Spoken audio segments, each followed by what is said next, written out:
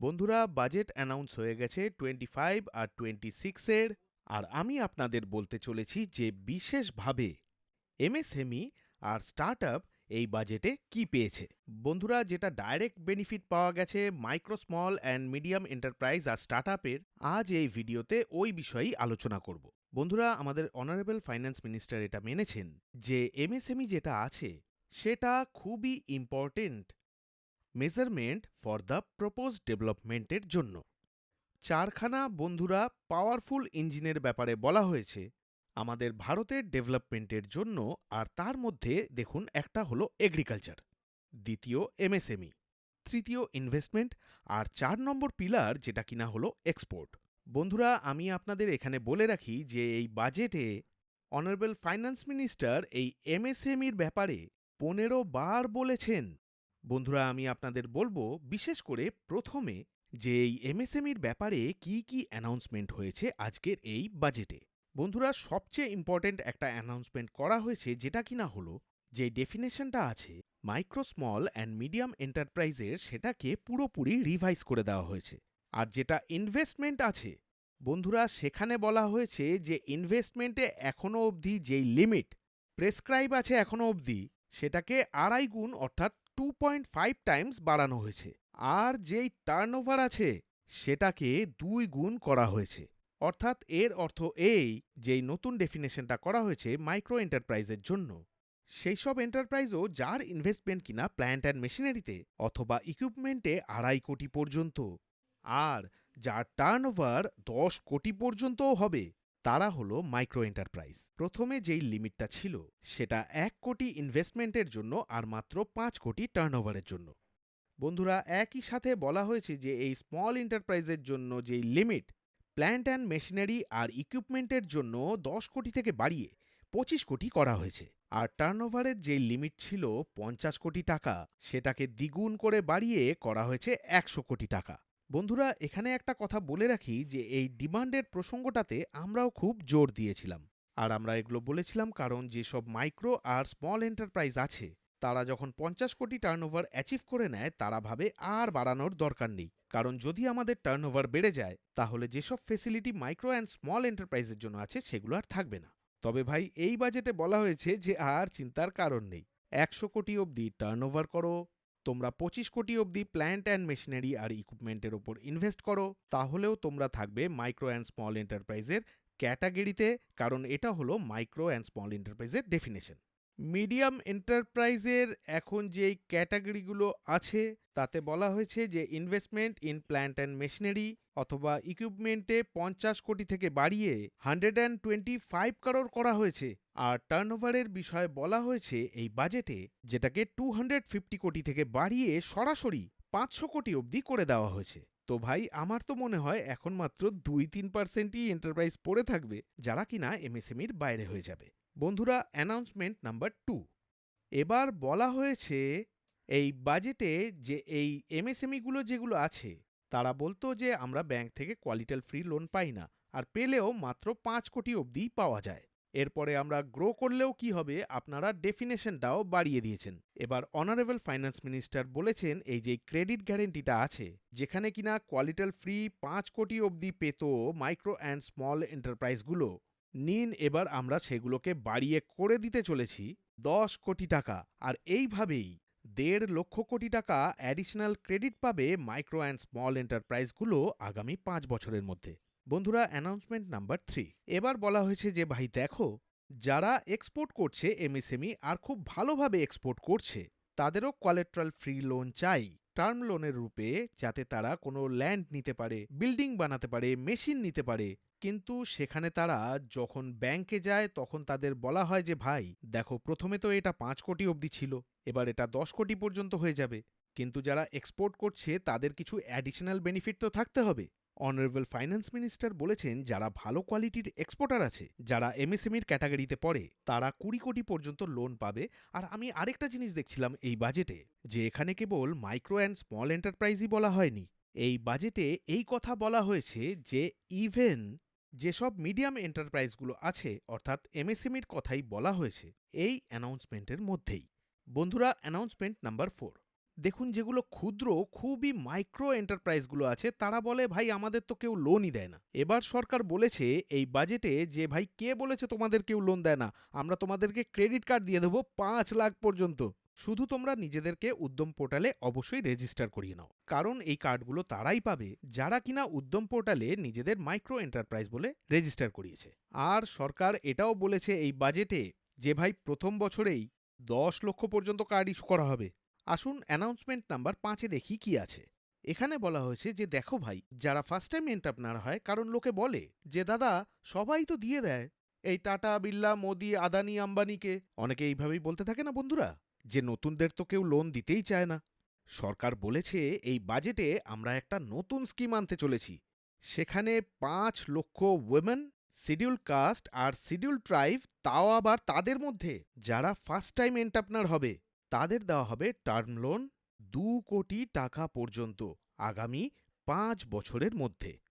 বন্ধুরা, announcement number 6, এখানে বলা হয়েছে যে ভাই আমরা কিছু মেজার করব লেবার ইনসেনটিভ সেক্টরে, যাতে হবে কি এমপ্লয়মেন্টও প্রমোশন পেয়ে থাকবে, আর যেসব এন্টারপ্রেনিউরশিপ অ্যাপসিটি আছে সেটাও অনেকটাই আসবে যারা কিনা লেবার ইন্টেন্সিভ সেক্টরে এর অন্তর্গত হবে। আর সরকার, অনারেবল ফাইন্যান্স মিনিস্টার বলেছে যে আমাদের যে সরকার আছে তারা একটা স্পেসিফিক পলিসি নিয়ে আসবে, কিছু এমন ফেসিলিটেশন মেজার নিয়ে আসবে যারা কিনা এরকম লেবার ওরিয়েন্টেড সেক্টর হবে। অ্যানাউন্সমেন্ট নাম্বার 7, বিশেষ করে যেটা কিনা একটি পার্টিকুলার প্রোডাক্টের জন্য বলা হয়েছে, তার ওপরে ফোকাস দেওয়া হয়েছে, বিশেষ করে ফুটওয়্যার আর লেদার সেক্টরের জন্য।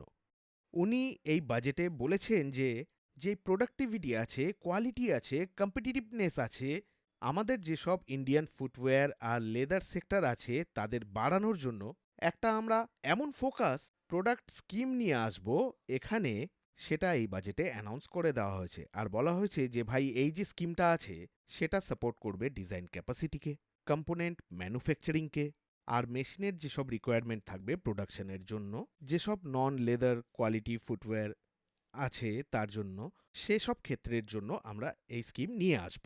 এই বাজেটে এটাও বলা হয়েছে যে ভাই এই স্কিমেরই দ্বারা আমরা 22 লক্ষ লোককে এখানে এমপ্লয়মেন্ট ফেসিলিটেট করতে পারবো। এর ফলে 4 লক্ষ কোটি টাকার জেনারেট হবে টার্নওভার, আর যেটা এক্সপোর্ট হবে সেটা 1.1 লাখ কোটির থেকে অনেক বেশি হয়ে যাবে। অ্যানাউন্সমেন্ট এখানেই শেষ হয়ে যায়নি এমএসএমইর স্টার্টআপের জন্য, কারণ অ্যানাউন্সমেন্ট আসছে নাম্বার 8। আর এই অ্যানাউন্সমেন্ট নাম্বার 8ও একটা বিশেষ সেক্টরের জন্য, যেটা টয় সেক্টরের ব্যাপারে। আর বাজেটে এটাও বলা হয়েছে যে দাদা আমাদের চাইনিজ টয় কিনতে হয়, এদিকে ওদিকের খেলনা কিনতে হয় আমাদের বাচ্চাদের জন্য, তাই আমরা ঘোষণা করতে চলেছি একটা বিশেষ ব্যাপারে। ওনারা বলেছেন আমরা তৈরি করব national action plan for toys. আর সরকার বলেছে আমরা এমন একটা স্কিমকে ইমপ্লিমেন্ট করব যেটা কিনা ইন্ডিয়াকে একটা গ্লোবাল হাব বানাবে টয়েসের জন্য। তো এখানে সরকার বলল যে ভাই দেখো, এখানে একটা ক্লাস্টার বানাবো আমরা, যেটাকে যেটাকে ডেভেলপ করব, স্কিলস করব, একটা ম্যানুফ্যাকচারিং ইকোসিস্টেম বানাবো আমরা, যেটা ক্রিয়েট করবে high quality, unique, innovative or sustainable toys. আর এতে বাজেটে আমাদের অনারেবল ফাইন্যান্স মিনিস্টার এটাও বলেছে যে আমাদের ইন্ডিয়ান ব্র্যান্ড যেটা আছে সেটা এই টয়েস সেক্টরে ধুমধুমারভাবে চালু হয়ে যাবে। অ্যানাউন্সমেন্ট নাম্বার 9, এখানে ফুড প্রসেসিংয়ের জন্য বাজেটে বলা হয়েছে যে দেখুন এস্টাবলিশ করব national institute of food technology, entrepreneurship and ম্যানেজমেন্টকে। আর উনি এটাও বলেছেন যে বিহার রাজ্যকে অনেকে পিছিয়ে থাকা একটা রাজ্য বলে থাকে, তো আমরা সেখানেই ওটাকে করব যাতে কিনা এই রাজ্যটাও গড়গড়িয়ে চলতে পারে। এই যে ইনস্টিটিউটটা হবে সেটা প্রোভাইড করবে strong flip to food processing activities in the entire eastern region. আর এতে হবে কি, এতে ক্ষেত্রে লাভ হবে।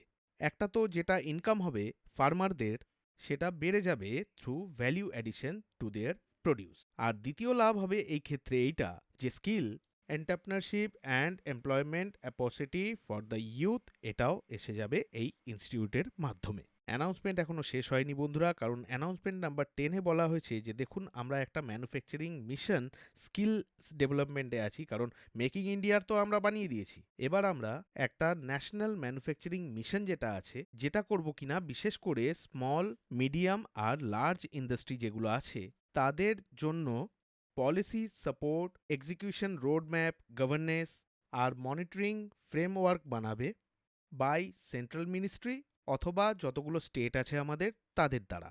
অ্যানাউন্সমেন্ট নাম্বার 11, এটা বিশেষ করে ক্লিনটেক ম্যানুফ্যাকচারিংয়ের জন্য। আর সরকার বলেছে যে দেখো যেরকম আমাদের কমিটমেন্ট আছে যে আমরা একটা ক্লাইমেট ফ্রেন্ডলি ডেভেলপমেন্ট করব, তো এই যেই মিশন হবে এটা ওটাকেই সাপোর্ট করবে, ক্লিনটেক ম্যানুফ্যাকচারিংকে। আর এর সাথে এটাও বলা হয়েছে যে এর আসল উদ্দেশ্য হলো ডোমেস্টিক ভ্যালু অ্যাডিশনকে গ্রো করা আর বিল্ড করতে হবে our ecosystem for solar EV cell, EV batteries, motor and controllers, electrolysers, wind turbine, very high voltage transmission equipment and grid scale battery। তো বন্ধুরা এটা ডাইরেক্ট অ্যানাউন্সমেন্ট ছিল মাইক্রো স্মল অ্যান্ড মিডিয়াম এন্টারপ্রাইজের বড় announcement. এবার আপনারা বলবেন যে দাদা আপনি তো স্টার্টআপের ব্যাপারেও বলেছিলেন, তো স্টার্টআপের ব্যাপারে বলি। স্টার্টআপের জন্যও বিশেষ গুরুত্বপূর্ণ অ্যানাউন্সমেন্ট হয়েছে এই বাজেটে। প্রথম অ্যানাউন্সমেন্ট যেটা হলো, যেটা কিনা আপনারা দেখে থাকবেন, আমি প্রথমেও একটা ভিডিও পোস্ট করেছিলাম যেটা বলেছিলাম সরকার স্টার্টআপের জন্য কোলাটেরাল ফ্রি লোন দিচ্ছে যার নাম credit guarantee scheme for startup. সেখানে সরকার বলেছে যে দেখো ভাই আমরা তোমাকে 10 কোটি পর্যন্ত লোন দেবো যদি তুমি স্টার্টআপ হও। এবার সরকার বলছে যে দেখো 10 কোটি টাকাও এখন কম হয়ে যায়, তাই আমরা এই কোলাটেরাল ফ্রি লোন এখন 20 কোটি টাকা পর্যন্ত দেব। দ্বিতীয় অ্যানাউন্সমেন্ট স্টার্টআপের জন্য, উনি বলেছেন যে দাদা সে তো না হয় হলো যে আমরা কোলাটেরাল ফ্রি লোন দেবো, কিন্তু তার জন্য গ্যারেন্টি ফিজও তো লাগে। এর জন্য স্টার্টআপরা কিছু কমপ্লেন করেছে, নিজেদের কিছু ইস্যু বলেছে যে গ্যারেন্টি ফিজ খুবই বেশি হয় দাদা। তো এই বাজেটে বলা হয়েছে যে ভাই গ্যারেন্টি ফিজ এই স্টার্টআপ লোনের জন্য সেটাকেও আমরা 1% রাখবো, বিশেষ করে যারা সাপ্লাইজ ফোকাস সেক্টরস আছে তাদের জন্য। আর সাথে উনি এটাও বলেছেন যে এতে আমাদের ইন্ডিয়া অর্থাৎ আমাদের ভারত হয়ে যাবে আত্মনির্ভর ভারত। তৃতীয় অ্যানাউন্সমেন্ট বন্ধুরা স্টার্টআপের জন্য, উনি বলেছেন দেখো আমরা 10,000 কোটির একটা ফান্ড অফ ফান্ড বানিয়েছিলাম, তাতে অনেকই লাভ হয়েছিল।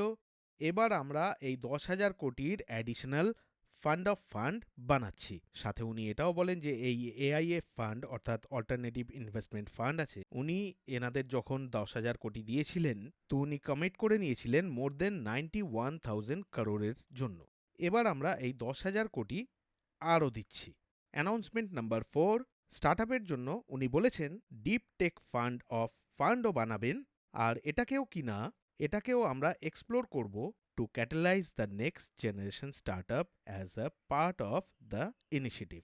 অ্যানাউন্সমেন্ট নাম্বার 5, দেখুন যেই ট্যাক্সের এক্সামশন পাওয়া যায় সেটা শেষই হতে চলেছিল, তো সরকার বলল যে এই এক্সটেনশন অফ টাইম লিমিটটা আছে আন্ডার সেকশন 80 আইএসি স্টার্টআপের জন্য, এবার সেটাকে আমরা বাড়িয়ে আরও 5 বছরের জন্য করে দিচ্ছি।